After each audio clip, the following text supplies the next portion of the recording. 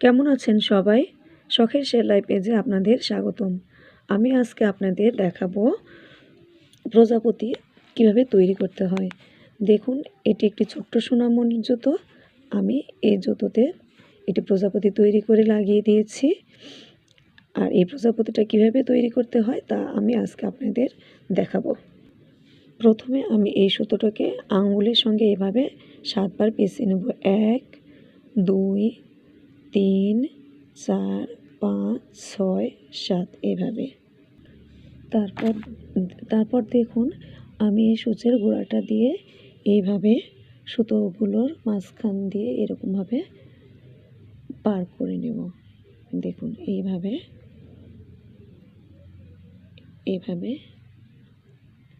ঠিক এইভাবে দেখুন আমি কিভাবে করছি। এই যে এইভাবে আমি করে নেব। আমি এই আঙ্গুলের সম্পূর্ণটাই আমি এইভাবে, এই যে দেখুন এইভাবে আমি এভাবে করে নেব। এই যে দেখুন আমার পুরোটা কমপ্লিট হয়েছে। এবার আমি এই সুতোটাকে এভাবে একটু জয়েন্ট করে দেব। দিয়ে এই যে আমার হয়ে গিয়েছে। এবার আমি এটা আঙুল থেকে এভাবে বের করে নেব। দেখুন আমার এটা তৈরি হয়ে গিয়েছে। এই যে দেখুন আমি ঠিক এইভাবে 4টি করে নেব।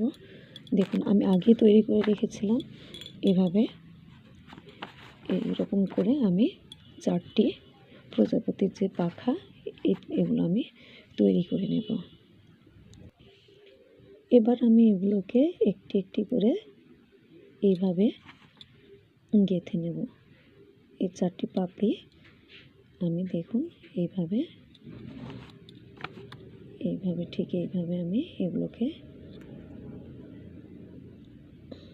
দেখুন এইভাবে আমি গেঁথে নেব।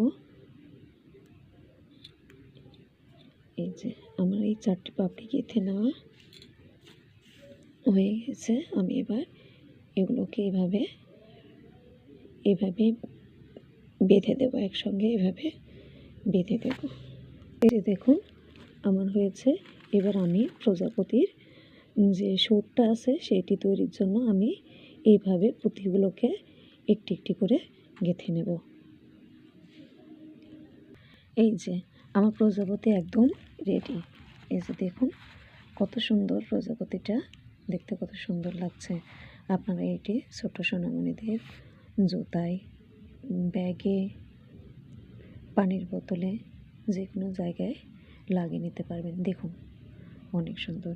যদি আমার এই প্রজাপতি তৈরিটি আপনাদের ভালো লেগে থাকে তাহলে অবশ্যই আমার এই পেজটিতে ফলো দেবেন এবং